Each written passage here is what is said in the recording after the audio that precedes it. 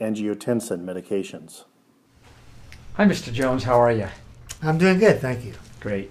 Now let's see. It's been about a month since you were in the hospital with the heart attack and we put in that coronary stent. How are you feeling? Oh, I'm feeling great. I feel like a new man. Excellent. Glad to hear that. And how are you doing with all your medicines? You know, I can't tell you how good I feel since you put in that stent. Good. So I assume that you're taking all your medications. Like I said, I feel just fine. 1 month ago, Mr. Jones suffered a myocardial infarction, or MI. He is now at increased risk for a subsequent cardiac event and death. The American College of Cardiology Foundation and American Heart Association recommends aggressive secondary prevention via pharmaceutical interventions to lower this risk. Each of 5 evidence-based pharmaceutical interventions works to lessen the demands on the heart following an MI. However, it is clear in this video the provider and Mr. Jones are not on the same page when it comes to his medications. A strong patient-provider relationship is key to successful implementation of a treatment and care plan post-MI. There are a number of reasons why Mr. Jones may not be taking his medications. It is the provider's responsibility to understand why the patient is not following the prescribed treatment. The focus of this video is medication treatment to relax blood vessels to decrease blood pressure in the patient surviving myocardial infarction.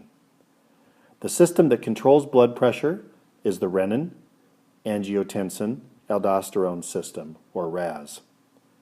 One way the body controls blood pressure is through tightening, vasoconstriction, or relaxing, vasodilation, of blood vessels. The liver continually releases angiotensinogen into the bloodstream. When the kidneys sense low blood pressure, they release renin into the bloodstream. Renin cuts angiotensinogen to create angiotensin I. Angiotensin I is converted to angiotensin II in the lungs, catalyzed by angiotensin-converting enzyme, or ACE. Angiotensin II, a powerful vasoconstrictor, is sensed at the angiotensin receptor sites in the blood vessel. Muscles of the blood vessel contract, constricting blood flow. Narrowing of the blood vessels causes blood pressure to increase. Oftentimes, several medications are required to reduce blood pressure in patients surviving MI. One of the most common blood pressure-lowering medications belong to a class called ACE inhibitors. ACE inhibitors block the enzyme that converts angiotensin I to angiotensin II. Lower blood pressure requires the infarcted heart to work less hard. Some brand name drugs are listed with their generic equivalents in parentheses. Notice many medication names in this class end with the suffix pril. Remember, ACE inhibitors work in the lungs. Some patients may develop a dry cough when using ACE inhibitors. Not understanding the importance of these medications, the patient may choose to stop taking them. If your patient stops taking ACE inhibitors for any reason, it's important to find out why. Angiotensin II receptor blockers, or ARBS, are another widely used class of medications primarily used for the treatment of high blood pressure. ARB medications block the binding of angiotensin II to the angiotensin receptors within the vessel.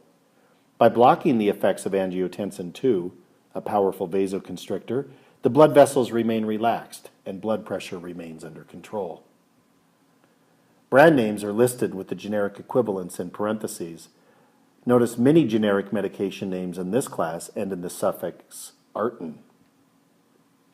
Oftentimes, ARBs will be prescribed for patients who cannot tolerate ACE inhibitors and their related cough.